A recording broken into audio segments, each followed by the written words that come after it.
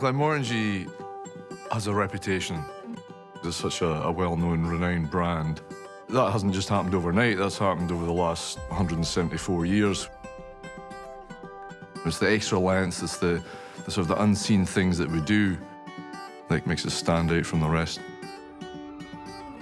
The company has a real history of innovation. We were the first company to fit steam coils inside the stills for distillation. We were the first company in the industry to use American oak ex-bourbon barrels.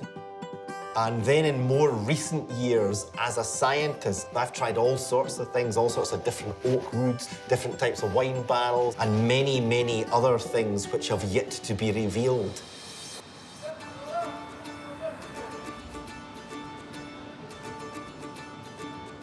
Like any other whisky distilling company in Scotland, we're kind of bound by the Scotch Whisky Act, saying that we can only use 4 raw materials. You can use water, you can use malted barley, you can use yeast, and you can use oak casks.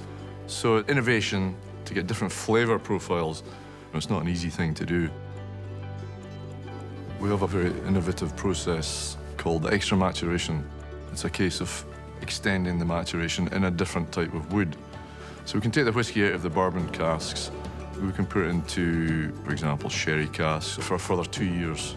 And that adds sweetness, adds the coconut, sort of vanilla-type flavours. It makes it for a very, very balanced whisky.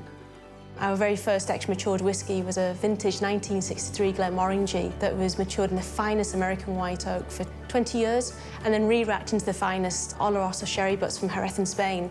So we were the very first to actually commercially sell an extra-mature whisky. The original, the 10-year-old, defines the house style. So for me, the technique of finishing is all about adding an extra dimension of aroma, or of taste, or of texture, but most importantly, keep the heart and the soul and the DNA of your product so it's still recognisably a Glenmorangie. A good question is, well, why bother to push the boundaries, to be innovative? And I guess the simple answer to that is because you can't rest on your laurels. We have to push our own boundaries to take that risk right now. We don't pay too much attention to trends and what's going on out there. We do something because we believe it's going to bring an interesting new flavour or a new story to our consumers, and that's the main driving thing for us. I've got a notoriously low boredom threshold, so I've always got to be trying new things, and I wouldn't have it any other way.